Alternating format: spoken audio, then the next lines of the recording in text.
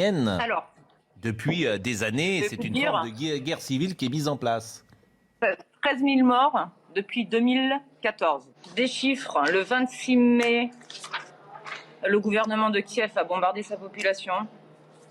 Monsieur Bernard-Henri Lévy, vous la voyez cette photo, c'est celle que j'ai prise avant-hier. Donc voilà ce qui se passe dans le Donbass. Donc je suis d'accord avec vous, il faut arrêter cette guerre. Et regardez cette institutrice, vous la voyez là, coupée en deux. Je vous propose de peut-être... Ça, c'est les forces ukrainiennes. Bon, je continue parce que vous allez voir ce que c'est la guerre. Ça, c'est les abris, ça date d'hier. Hein. Je vous invite à aller sur mon mur. Oui, non, mais regardez bien, monsieur, s'il vous plaît. J'étais dans le Donbass, oui. Regardez cette famille là. Non, vous n'avez pas été là où je suis, parce que ça fait depuis 2014 qu'ils vivent ce qu'ils vivent là. Moi, je suis allé de Mariupol à Louhansk. Ne me coupez pas. Regardez, parce qu'à un moment donné, il faut avoir le courage de dire les choses. Non mais j'entends ce que vous dites, Anne-Laure Bonnel, mais moi ce qui m'intéresse, je comprends, là, mais voilà ce qui se passe dans le Donbass. Vous voulez voir ce qui se passe dans le Donbass, voilà ce qui se passe dans le Donbass à Donetsk. Chacun a compris.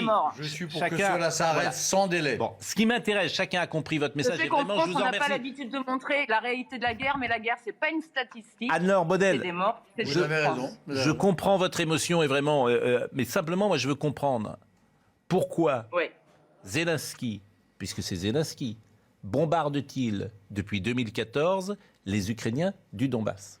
Mais je ne suis pas d'accord avec eux. Alors, je ne mets pas en cause les images, encore qu'il y a des images qui peuvent être... Nous sommes à l'âge où il faut aussi mettre en question les images, mais admettons. Mais il ne faut pas confondre l'agresseur et l'agressé.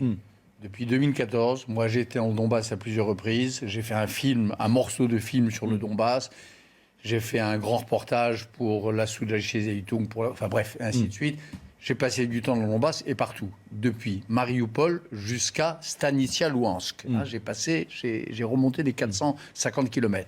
La situation, ce sont les petits hommes verts du FSB en appui des séparatistes pro-russes, c'est-à-dire des hommes qui ont descendu au missile l'avion de la Thai Airlines en 2015. Ce sont eux qui, en effet, tirent les premiers. Ce sont eux les agresseurs. Et en effet, les Ukrainiens tiennent la ligne. Avec, moi, c'est ce que j'ai vu, c'est ce que j'ai filmé, c'est les images que j'en ai rapportées, avec du côté de la partie ukrainienne, un sang-froid digne des grands peuples et digne du président. L'Organisation pour la sécurité en Europe, en gros, qui a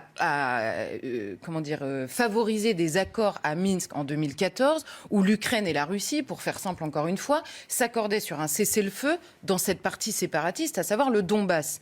L'Ukraine n'a jamais respecté ce cessez-le-feu, n'a jamais respecté ces accords. Maintenant, si on va sur la question de l'OTAN, c'est évidemment pas les petites nations qui ont peur de l'ogre russe qui les a réduits en esclavage sous l'URSS, qui ont rejoint l'OTAN extrêmement légitimement, qui sont en accusation. C'est évidemment le jeu américain qu'on interroge. C'est-à-dire qu'il y a des organisations avec le président ukrainien.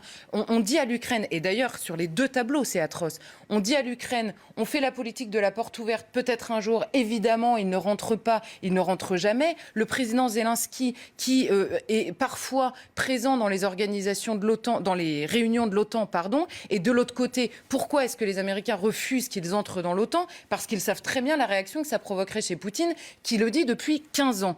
Donc, on ment à la fois à l'Ukraine, à la fois à la Russie, et on joue sur ces deux tableaux. On peut quand même interroger la responsabilité de Joe Biden, qui, pendant 3 semaines, alors que les troupes russes s'amassaient à la frontière, n'a pas dit une seule fois l'Ukraine